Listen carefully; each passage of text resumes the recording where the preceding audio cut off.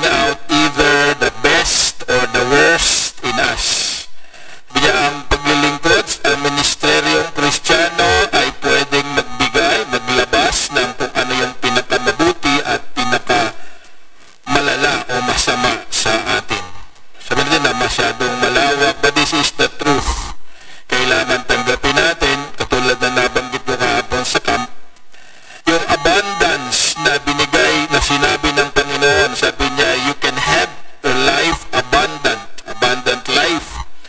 Ay hindi life lang ng abundance dahil marami kang pag-aari, maraming blessing. Because blessings come from opportunities.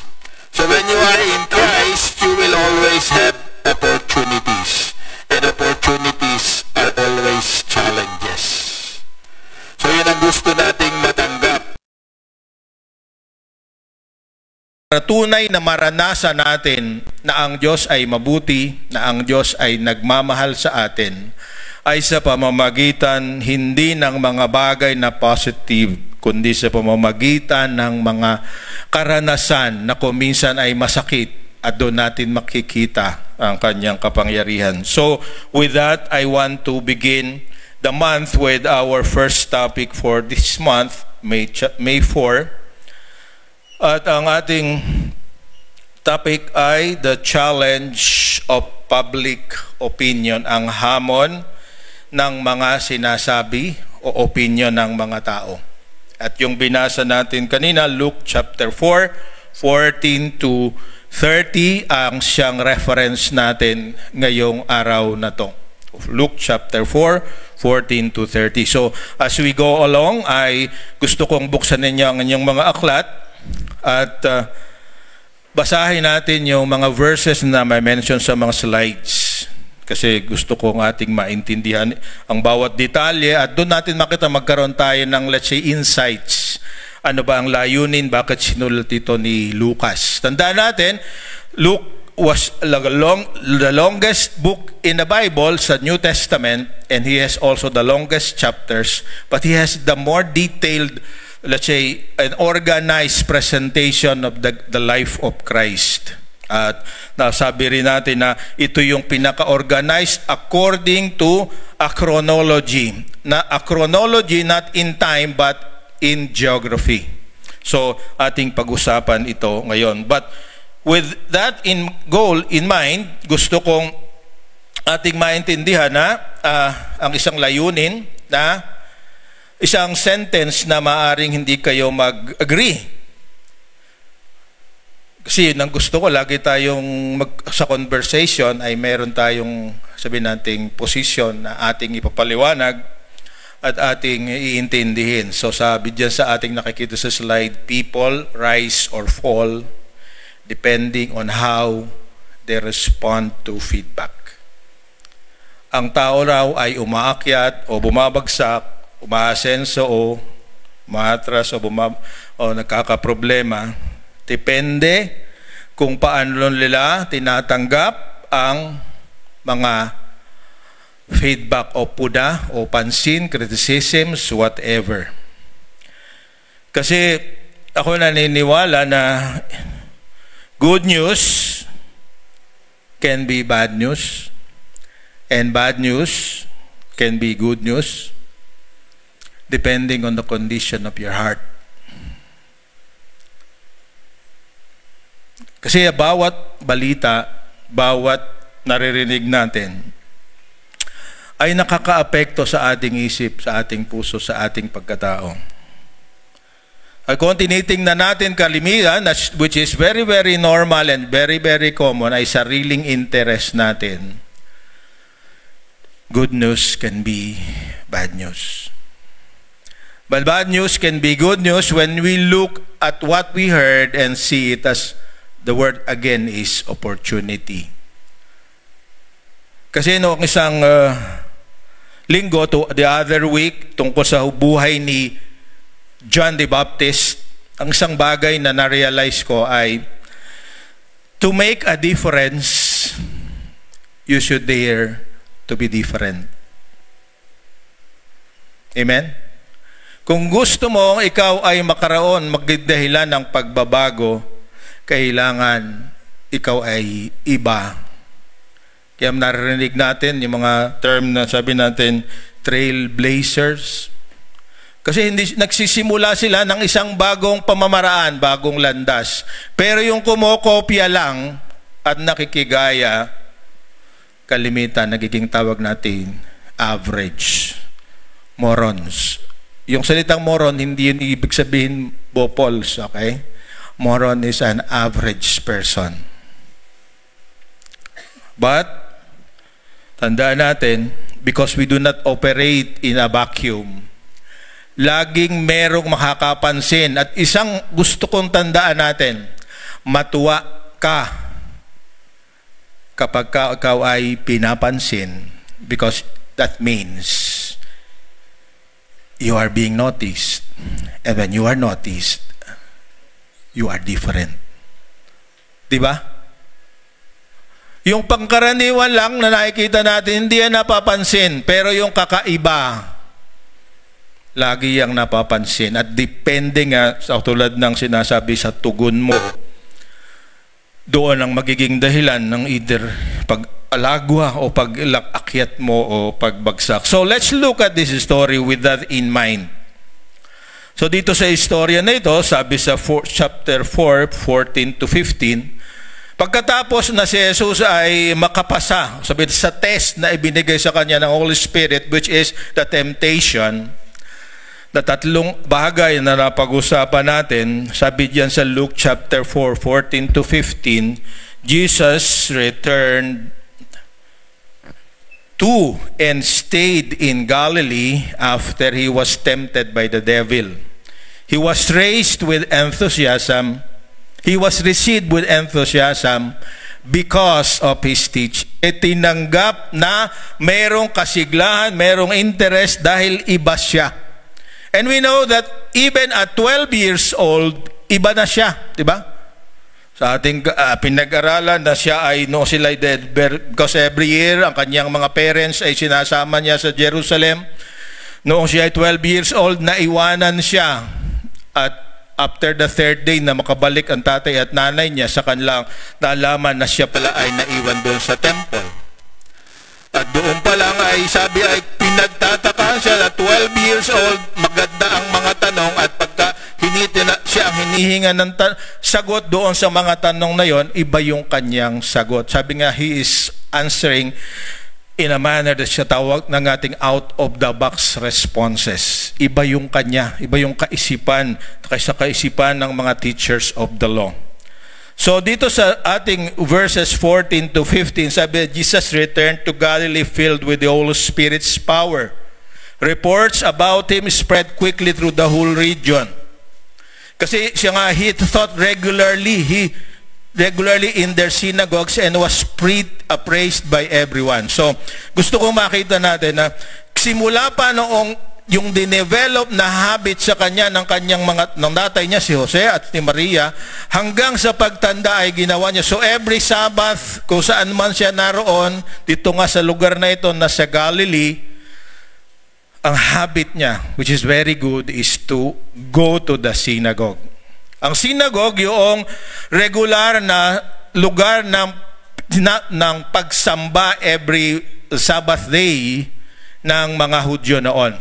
At sa Galilee, kakaiba ang lugar na ito. Ang root word ng name ng Galilee is Galil. Galil, when translated to English, is circle, cylinder, or ring. Okay?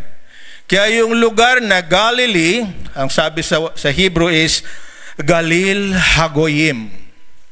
Ang ibig sabihin noon, ring or encircled by Gentiles. Halil Hagolim. Hagoyim. Goyim is nations. Okay? Goy is a country. Goyim is nations. So, ang Galilee na pinagsimula ng kanyang ministry ay nasa paligiran ng mga Hentil o mga non-Jews. So makikita natin from the very start, the message is not only directed and the witnesses are not only Jews. Kasama sa mga witnesses ay mga Hentil na ang tingin ng mga Hudyo ay mababang uri ng tao. So, gusto ko ilagay natin sa isip yon na kaya tayo ngayon ay nakasama rin sa kaharian ng Diyos kasi from the very start, naroon na. So according to the books that I've read, especially by Chuck Swindoll, sabi niya he stayed there maybe weeks and months after he was tempted by the devil. Kasi itong Galilee is very significant place in the history of Israel. This is the place where Barak and Deborah conquered Jabin the Canaanite. This is the place where Jonathan and Saul was murdered or killed by the Philistines. This is the place where Elijah, during the time of Ahab and what's her name?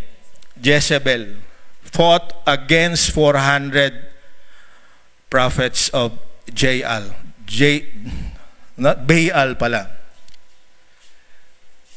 This is also the place where Elijah performed many of his miracles. Kaya nga sa Matthew chapter 4, kung babasahin natin, nakasulat doon, si Jesus mismo ang nagsabi, sabi niya Matthew chapter 4, meron siyang kinote na tungkol sa Galilee. Ang sabi dito sa chapter 4, 15 to 16, in the land of Zebulun and Naphtali. This is the two members of the 12 family ni Jacob, beside the sea, beyond the Jordan River, in Galilee, where so many Gentiles live. The people who sat in darkness have seen a great light, and for those who lived in the land where that casts its shadow, a light has shined. So yung kanyang ministry dito niya sinimulan dahil ito nga yung sinabi ng mga propeta na gagawin niya. Dahil ito nga ang isang lugar na kung saan sa even the olden times maraming ginawa ang Diyos. So before we move to chapter 4 verse 15, gusto ko makita natin that this is the time na kung saan meron ng dalawang miracles na ginawa ang Panginoon. The first one is in Cana of Galilee. Alam nyo na yun, di ba? He turned water into wine. The second miracle involves already a Gentile, a Roman government official, son is sick. Mamamatay siya. John chapter 4, pinagaling ni Jesus. So from the very beginning, it's very clear that Gentile nations like us are part of God's plan. Okay, so pwede natin dito, ang sabi dito, lahat ng mga tao, sabi there, he was filled by the Holy Spirit, and reports about him spread quickly throughout the whole region. So karasama na dito yung Nazareth. Okay, ang Nazareth is also in Galilee. So pagtuloy natin ang bagsa, when he came to the village of Nazareth, okay, gusto ko makita natin sa verses 4, chapter 4, 16 to 19, sabi doon, to the village of Nazareth, his boyhood home. So gusto ko makita natin dito, ang sabi, yung tinirahan niya noong bata pa siya. Kaya si Lucas, ang kanyang sulat ay chronology, o ang kanyang pagkasulat ay tungkol sa regional places, o places na pinuntahan ni Jesus. So, kung babasahin natin yon, his boyhood home, ibig sabihin, lumipat na siya ng bahay. Okay? At pag babasahin mo sa Mark chapter 2, verse 1, sila ngayon ng kanyang pamilya, hindi na sa Nazareth nakatira, kundi nasa Capernaum na. Okay? So, be patient with me kasi gusto makita natin ng ganito, ating yan-expose ang lahat.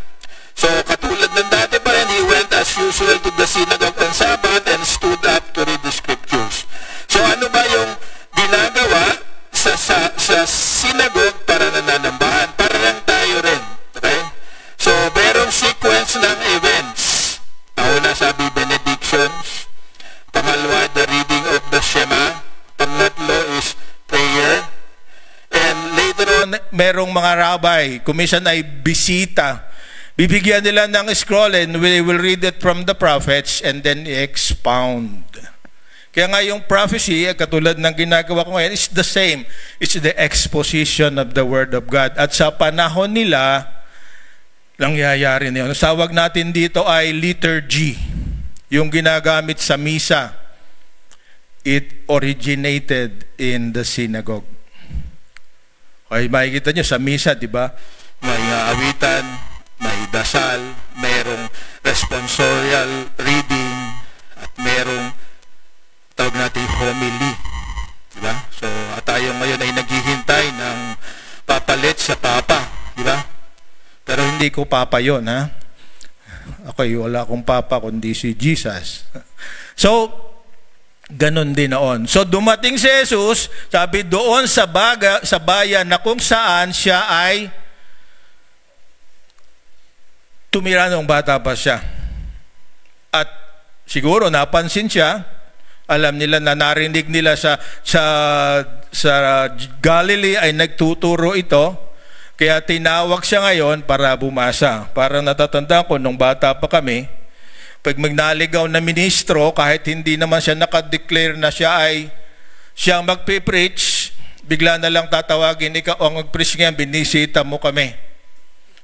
Di ba?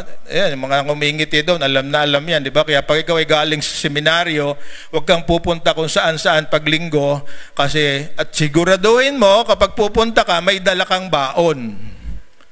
Kasi ganun ang nangyayari noon. Yung pala ay biblical nang gagawin. So tinawag si Jesus, pumisita, siya ngayon ang binigay yung scroll, basahin mo ito. At ang liturgy, katulad din ngayon, kasi pagka, yung aking Bible, application study Bible, yung liturgy ng mga sabi nating Presbyterian churches na roon. Alam na yan ang babasahin throughout the year. Katulad din naman natin dito, meron tayong Bible reading for the year. Yung liturgy, kung mabasahin ninyo, taon-taon, paulit-ulit lang yan. So, ngayon, binigay sa kanya, at nagkataon ang babasahin noon ay Isaiah 61:1 and 2. Iyon yung binasa niya ngayon. So, nabasa ko na kanina, the Spirit of the Lord is upon me, for He has anointed me to bring good news to the poor. He has sent me to proclaim the captives will be released and the blind will see, that the oppressed will be set free and the time of Lord's favor has come. Nothing unusual except that hindi yan ang talagang naroroon. Ako, basahin ko yung talagang nakaroon doon. Basta kahit hindi sa Greek, sa Hebrew, ang nakasulat doon ay merong ibang tinanggal ni Jesus. Okay? So if you have your Bibles, puntahan mo Isaiah 61 verses 1 and 2. Okay? Sabi dito, the Spirit of the Lord, listen carefully, of the Lord is upon me, for the Lord has anointed me to bring good news to the poor. Parehas pa rin. He has sent me to comfort the brokenhearted and to bring the captives will be released and the prisoners will be free. Parehas pa rin. He has sent me to tell those who mourn that the time of the Lord's favor has come, and with it the day of God's anger against the enemies, their enemies. Anong napansin ninyo? Meron missing, di ba? Yung the last sentence, the day of God's anger against their enemies. Jesus chose to end his reading to prepare the people for the Lord's grace. So panahon ng kagandahan loob ng Diyos, panahon ng para bigyan ng pagkakataon ang mga tao para take advantage yung kagandahang loob o kabutihan ng Diyos. Okay, take note of that. So, wala namang masama doon sa hininto niya. Ito yung nakagulat sa kanila. Yung sabi natin sa verse 30. Tama ba? Verse 20 pala, he rolled up the scroll and handed it back to the attendant and sat down. All eyes in the synagogue looked at him intently. Then he began to speak to them. The scripture you just heard has been fulfilled this very day. So ano sinasabi niya? Yung inihintay niyong panahon na ipoproclaim, sabi niya ay bigyan ng mabuting balita ang mga mahihirap, to proclaim that the captives or the prisoner will be released, that the blind will see, that the oppressed will be set free, and that is happening right at this moment. Nangyayari ngayon. So sabi ng initial reaction, everyone spoke well of him and was amazed by the gracious words that came from his lips. Pero ang tanong nila, how can this be? Is this Joseph's son? I remember one quotation from the book of, hindi ko matandaan, nakalimutan ko ilagay yung detalye. It's in the book of Proverbs. Kapag karaw, when a wise man speaks, but he is poor, nobody listens. When a rich man speaks, even though he is a fool, everybody listens. Di ba? So this is the same thing. Ang tanong nila, di ba anak ni Jose yan? Anong sinasabi niya na nangyayari ngayon, yung narinig ninyo? So makikita natin to, sabi somewhere amazed, and later makikita natin somewhere furious. So sabi nga, they were confused and proud. Bewildered, kaya sinimplify ko, bewildered, ibig sabihin, hindi alam ko anong magiging reaction. Pero nagmamalaki sila dahil ang humusay, di ba? Yung mga kababayan natin na nakita na they're doing good in anything, di ba? Pagka nakita natin, di ba gusto natin makadikit sa tao na yan. Yung dating kasama natin, sama sa probinsya, sama sa baryo, nalaman natin, mayor na ngayon.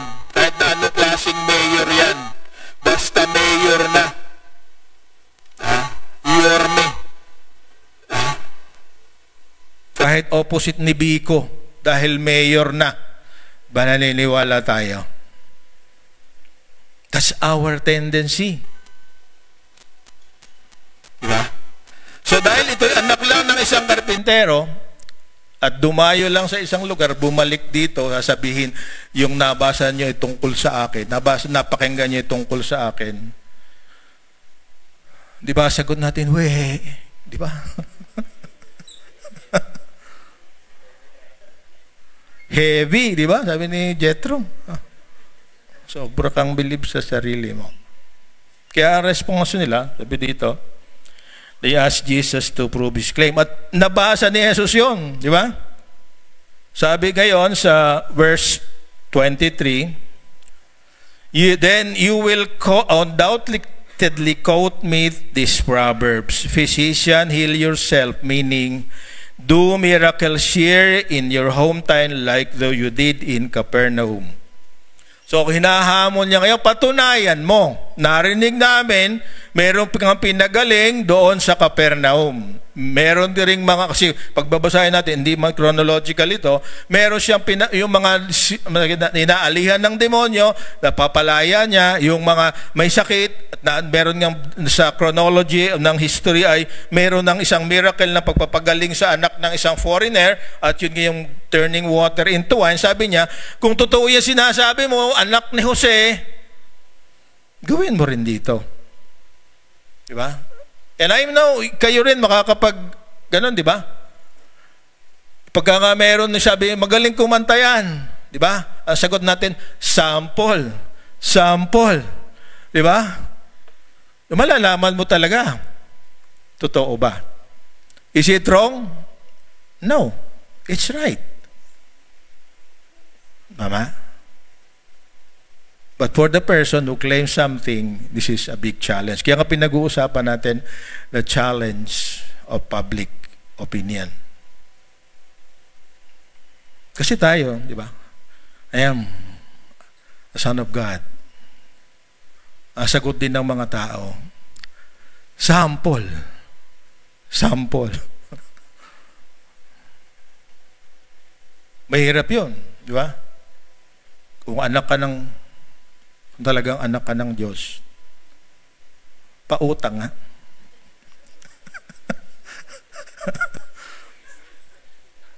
Di ba?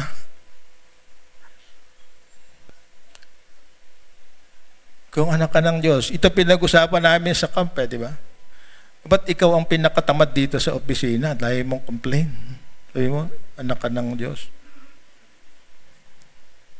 Ay, anak ka ng Diyos, pero yung nanay mo, namin kwento tungkol sa'yo. Problema ka ng nanay mo. Kasi wala ka nang ginawa, kundi mag-vocal boys. Nasa church ka lang lagi. Pagdating dito sa bahay, wala ka namang ginagawa. Kasakit daw. I mean, a balanced life. It is just right. They demand proof. Pero tandaan natin, hindi lahat kailangan mong patunayan. Kasi dito sabi ni Jesus, hindi ako magagawa ng miracle dahil gusto kong patunayan ako yon. Kasi tandaan natin, dalawa lang ang purpose ng miracle. It's an act of compassion, and it's what you call to prove the authenticity of what He is telling them. Hindi siya nagagawa ng miracle para sumikat. Kasi yung third temptation, di ba, tatalon ka simula sa tuktok ng templo, hindi ka mamamatay. Sigurado sigat ka na dahil nauna kay Batman, nauna ka kay Robin, nauna ka kay Superman. Wala pang tumalon dyan na nabuhay, ikaw ay buhay. O gagawin kitang hari namin kasi hindi ka mamamatay. Sila? Come on, di ba? Yun ang sa tandaan natin, we should be exercise wisdom and discretion. You should know the kasi sabi nga dito ni Jesus sa kanila, during Elijah's time, napakaraming mga widows dito. Pero sino ang pinuntahan? The Gentile in Sarephat. Diba? Pag minasa na bandang ula, sabi niya, doon sa panahon ni Elisha, nagpagaling din. Ito yung Elijah and Elisha were the first two persons that perform miracles. Pero kalimitan ng kanilang miracle is not for the Jews. Katulad si Naaman, pinadligo doon sa Jordan River at gumaling. It's just because the question is not for them to learn more about Him, but for Him to prove Himself at hindi para matuto. Hindi not to authenticate His words, but to challenge Him to boast, to be prideful. Kaya nga, balikan natin yung ating gustong ma-achieve dito sa umagang ito na yung nga, depende sa tugon natin sa mga hamon naririnig natin, opinion natin, we can rise and fall. So sabi sa 25 to 27, Jesus reminded them about Israel's history of ignoring and abusing the messengers from God. Kasi hindi sila kailangan mag-perform sa kanila. Ang kailangan nila is to give glory to the Lord. So, tayo rin. Kaya tayo gagawa ng mabuting bagay ay hindi para maakit ang tao sa atin. Para tayo ay let's say, sabihin natin, pag may utang na loob ito sa akin, kahit anong request ko dito, gagawin ito, di ba? Pag sinabi kong tumalon to, tatalon to. Only dogs deserve the treatment. Di ba sabi sa dog, sit! No po. Stop! May natutunan ako sa kapitbahay ko na may mga 3 German Shepherd na malalaki. Hindi pala pwede na yung pag-utos mo dyan ay yung language natin. Ang sa kanya nga German pa kasi pag-alam niya, tabi niya, pag-alam niya ng language mo, kahit magnanakaw yan, pag-alam niya na naintindihan yung sit, papasok siya, sabi niya sit, makakapasok na yan. Kaya kailangan, natutunan ko sa kanya, nakakwentuhan ko. German yung word noong dog. So kung kay Tagalog, gawin mo Ilocano para if you are speaking in tongues. You have to speak in tongues sa dog. Okay? So baka mapalayo tayo. So gusto ko makita natin dito, it's not for us to look good kaya tayo magtutugon sa public opinion. So ang ginawa ni Jesus, hindi yung ginugusto niya. Yung ano yung agenda niya, kung ano yung mission niya.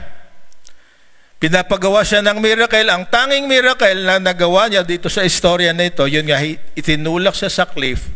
Pero nang lumakad siya, walang nakahadlang sa kanya. That's the only miracle. Diba? It's because hindi pa panahon niya mamatay.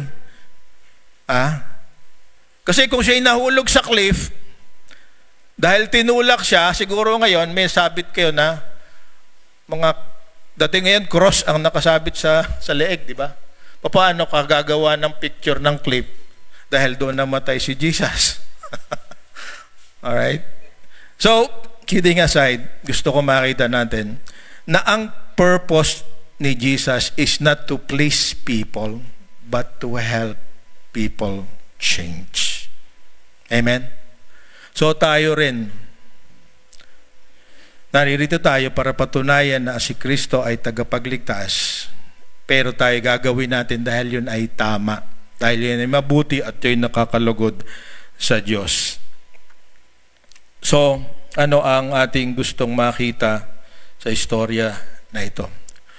So what do we need to do when public opinion turns against us? Una, expect that some will oppose what you are sharing. Asahan mo na yung iba ay hindi maniniwala sa kung ano ang sinabi mo sa kanila. Because our listeners can fall into 4 categories. Number 1, those who are skeptics. Diba? Doubters. Pangalawa, those who easily believe. Pangatlo, those who are indifferent. Wala pakialam. Di ako interesado dyan. Panghuli, those who are envious. Yung mga naiinggit. All of them will do something. And some of them will really oppose what you are sharing. So, tayo ba ang dapat maging indifferent? Kasi yung indifferent, wala akong pakialam. Basta gagawin ko ang gusto kong gawin. Diba? It's still not correct. So sabi diyan, listen and consider the opinion carefully. Pakinggan mo at pag-aralan mo kung ang sinabi niya hindi lamang may katotohanan kundi may kabuluhan. Kasi napakahilig natin sa kwentong walang kwenta. Comment na hindi makakatulong. So kailangan nating maging wise. So para doon sa skeptic, ano dapat mong gawin? Explain further. Doon sa walang, hindi talaga naniniwala, accept na talagang ayaw na doon. So doon sa indifferent, anong gagawin? Pray for them. Kasi hindi nila talaga maaring hindi pa nila naiintindihan. At doon sa naiinggit, bahala ka. Mamatay ka. Basta gagawin ko pa rin ang tamang dapat kang gawin. Simple things na nakikita natin. So, ano dapat mong gawin? Keep focus on your mission, on what you want to achieve. So, balikan natin. Sabi natin kanina, people rise and fall depending on how they respond to feedback. So, just like Jesus, be wise. Tell them what they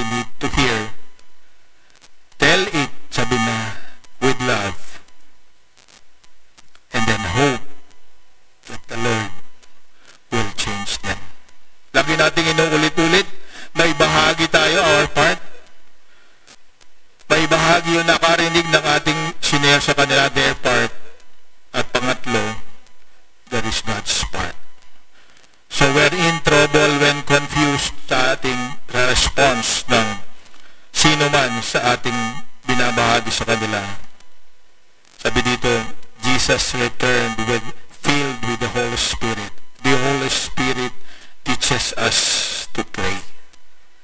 So yung hindi mo kayang baguhin, idalhin sa panalangin sa Panginoon.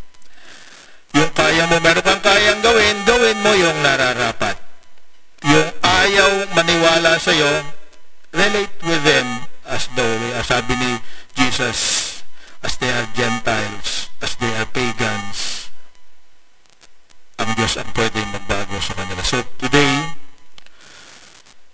tatlong tanong ang gusto kong iwanan sa ating lahat.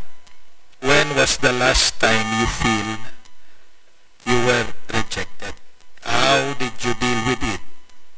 How did the example of Jesus help you get through the experience? Tandaan natin isang bagay lang. Pag walang natutuwa, pag walang naiinggit, pag walang pumapansin sa lahat ng ginagawa mo, baka wala ka. Amen? Baka akala mo buhay ka. Kaluluwa ka pa lang pala.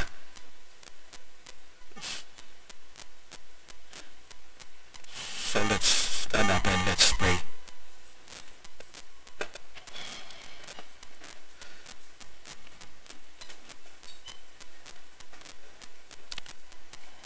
Naming Diyos na nasa langit, makapangyarihan sa lahat. Salamat, Panginoon, na sa bagay ito, sa pamamagitan ng halimbawa ng iyong anak na si Jesus, naway kumpletohin niyo po ang mensahe sa bawat isa sa amin. Nilikha mo kami para sa isang purpose, isang mission, to make a difference in this world.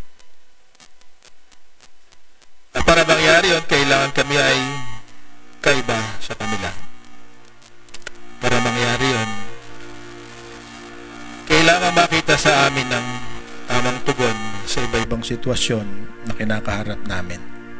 Aking dalangin, kung sino man ang narito ngayon na dumadaan sa panahon ng kaguluhan, di niya naunawaan ang nangyayari.